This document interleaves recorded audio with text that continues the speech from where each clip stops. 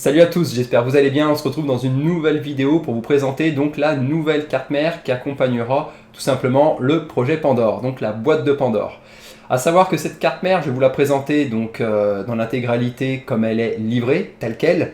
A savoir qu'ensuite, une fois que je l'aurai tout simplement modée, enfin que j'aurai mis les éléments dessus et deux trois choses, elle ne sera plus tout à fait de la même manière. Donc on revient en conclusion après l'unboxing et je vous montre ça.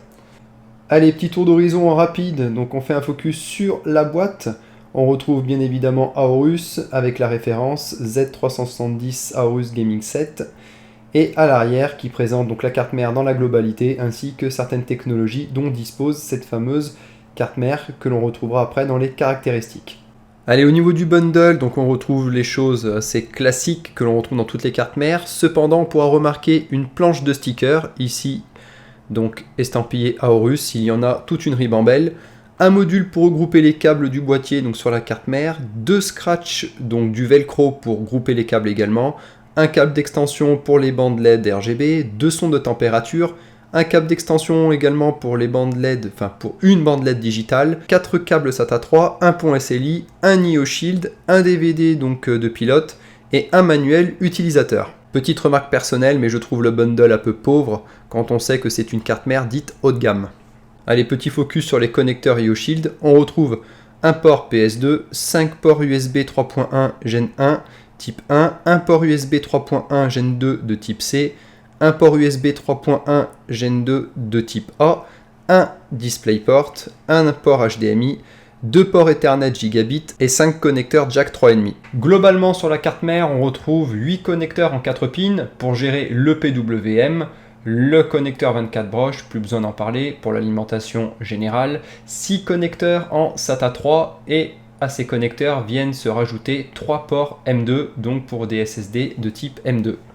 À côté des barrettes de RAM, on peut constater également le bouton Power, le bouton Reset, Clear CMOS et OC. Petite chose importante au niveau de la carte mère, ça se situe au niveau de la RAM. On peut placer jusqu'à 4 barrettes de DDR4 de 16 Go, cadencées au maximum à 4133 MHz pour un total de 64 Go de RAM. Voilà, j'espère que ça vous aura plu ce petit unboxing. On va revenir très rapidement pour cette conclusion sur 2-3 choses qui me semblent dommages. Et surtout pour vous présenter ce qui va sauter sur cette carte mère suite tout simplement à l'établissement du projet Pandore. A savoir que bien évidemment je vais mettre un waterblock donc pour refroidir ici le CPU.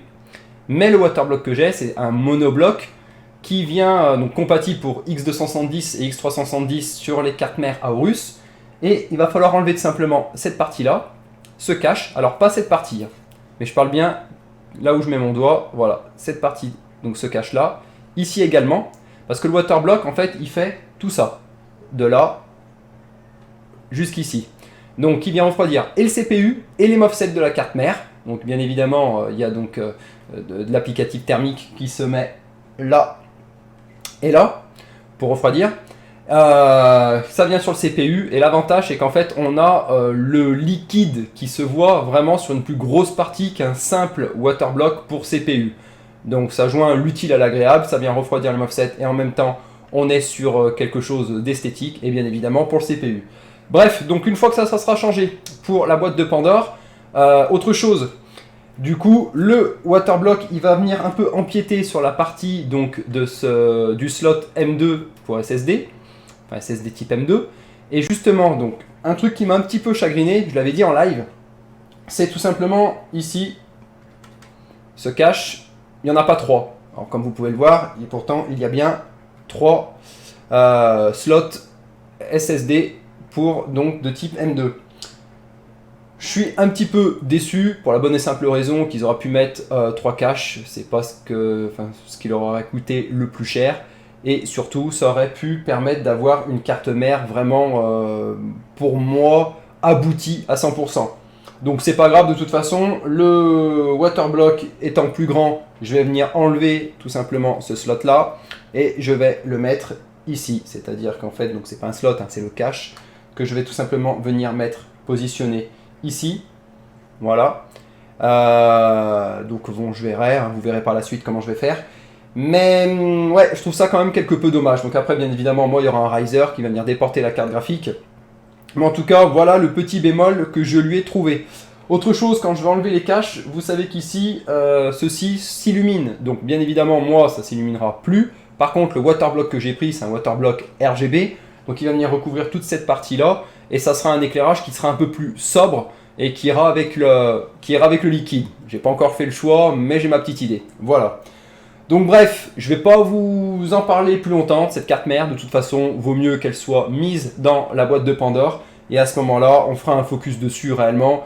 Et on reviendra dessus dans les vidéos blablabla ou dans les lives pour savoir ce qu'elle a dans le ventre. Comme je dis toujours, il vaut mieux la pratique et la réalité du terrain plutôt qu'un long discours. Voilà.